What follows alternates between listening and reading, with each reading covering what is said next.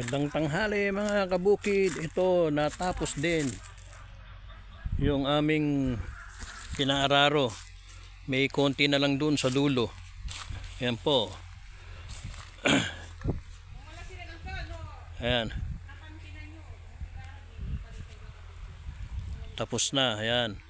Hanggang dun. Ayan o.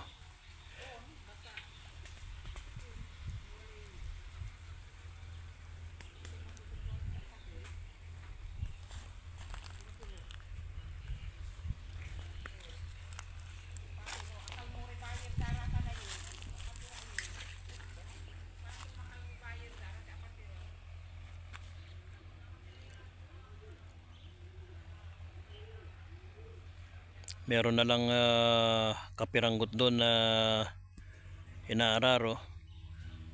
Siguro mga after 2 days po pwede na pong matamnan na sibuyas. Kasi update ko na lang kayo kasi kahunin pa ho ito. Tsaka po sasabugan.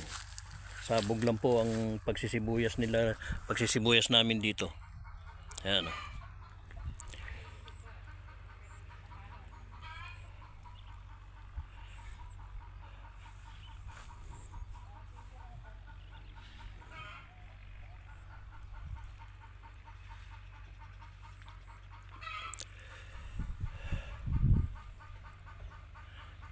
Malinis na po itong lupa.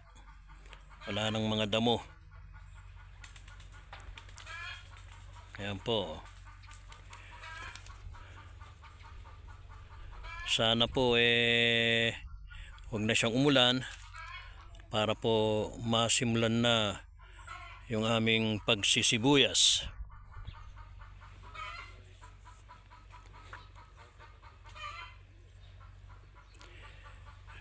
Sige po mga kabukid, hanggang dito na lang po. Sa susunod po i-update ko ulit kayo sa pagtatanim, kung paano magtanim na sibuyas dito sa Barangay Diaz, Sitio 40. Yan po ang lugar namin dito.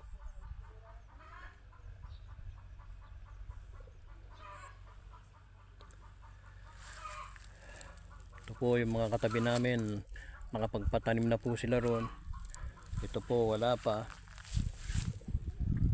Mga bukas makalawa maaararo na rin nila siguro to. Medyo late na ngayon sa pagtatanim. Yan po mga produkto rito sa lugar namin. Sige po, hanggang dito na lang po. Ingat po tayong lahat.